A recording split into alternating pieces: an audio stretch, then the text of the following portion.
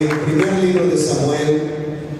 Quiero esta noche cerrar este ciclo de conferencias en el primer libro de Samuel, hablando de la oración en los tiempos de crisis. Llámese crisis familiar, llámese crisis económica, llámese crisis física, llámese crisis emocional, cualquier tipo de crisis.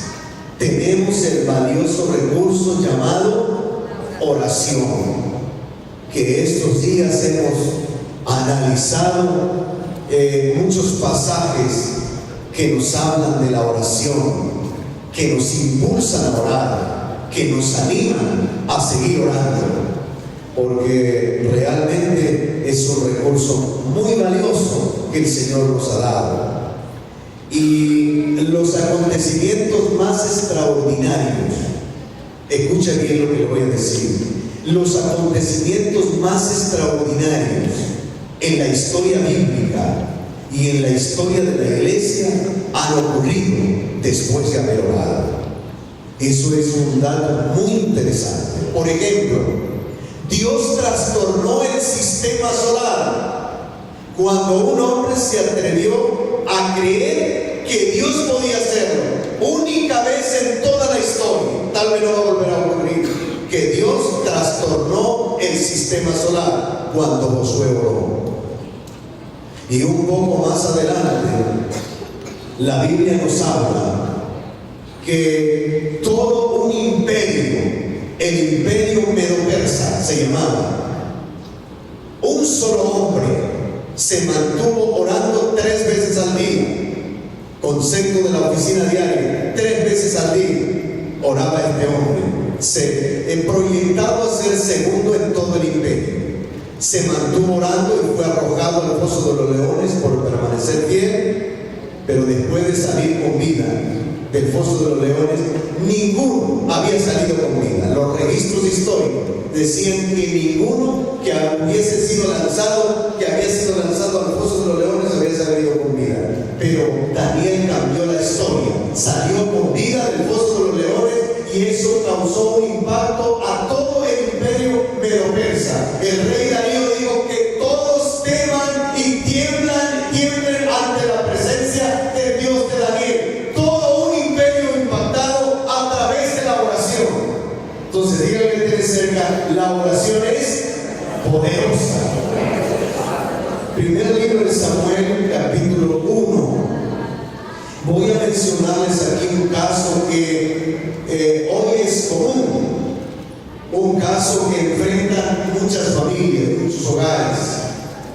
Y no sé si hay aquí algún hogar que conozca a alguien que esté enfrentando esa circunstancia.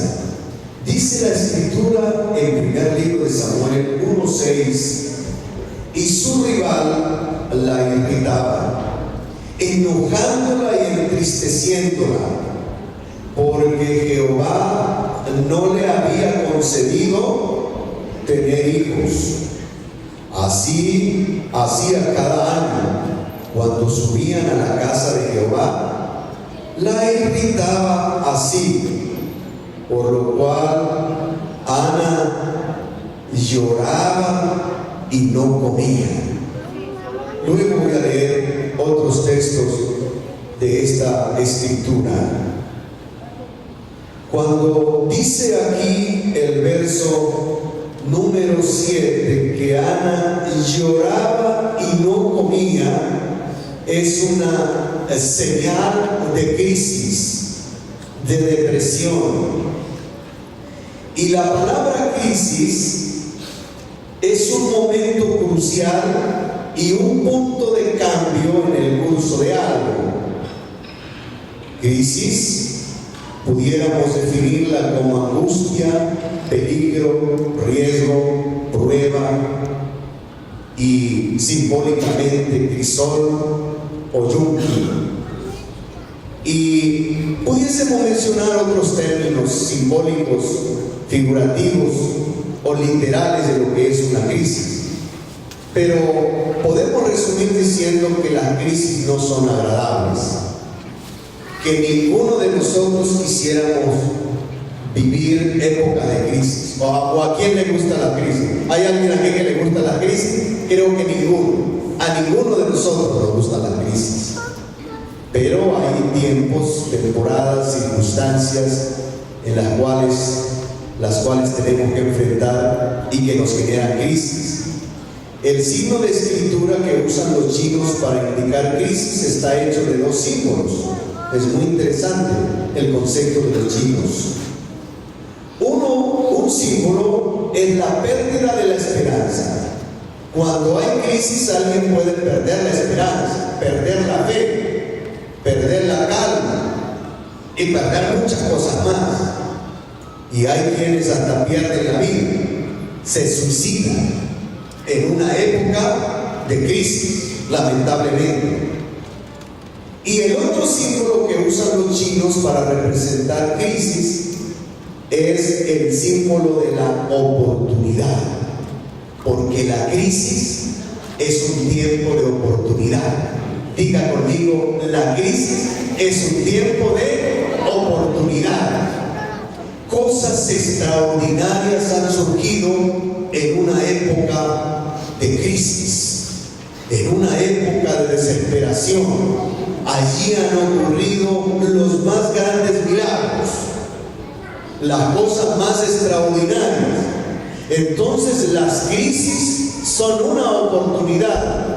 Si usted está viviendo una época de crisis, usted tiene una tremenda oportunidad para ver la mano de Dios,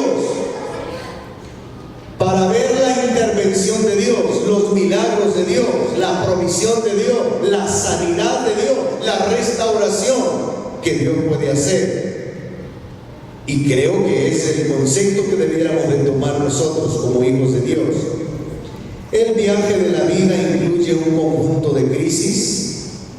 Algunas son esperadas y la mayoría son inesperadas. Voy a resumir aquí un poco lo que es el viaje de la vida. La crisis del nacimiento. El nacimiento es un momento de riesgo para la criatura y riesgo para la madre. Yo sé muy bien esto porque cuando fue a nacer Heidi, nuestra hija mayor que está aquí esta noche, a mi esposa le dio preeclampsia y estábamos en un lugar muy lejano. Y yo fui al centro médico que había en el hospital y el doctor me pegó un regaño de sus terribles.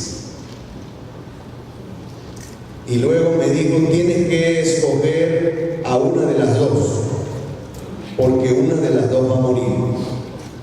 Y hay peligro de que ambas mueran. Y yo le dije, doctor, usted sabe que yo soy un siervo de Dios. Él sabía, yo le había compartido la palabra, lo habíamos invitado a la iglesia. Le dije, usted sabe que yo soy un siervo de Dios y yo creo en el Dios de los milagros. Yo las elijo a ambas. Hacía 20 días que no llegaba el avión y esa mañana cuando terminaba de decirle eso al doctor, oímos el avión. Y me dijo, vaya corriendo, contrata el expreso y nos vamos con ella.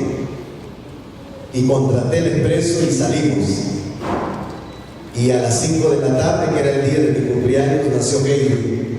Y ambas se habían salvado. Denle un aplauso al Señor. Es una época de crisis, de peligro. Hay niños, muchos niños mueren y muchas madres también mueren. Viene otra etapa de la vida que se llama la crisis de la adolescencia. Época difícil para los padres y para los hijos también. Para algunos es más difícil que para otros, porque en esa etapa no se sabe si es joven o si sigue siendo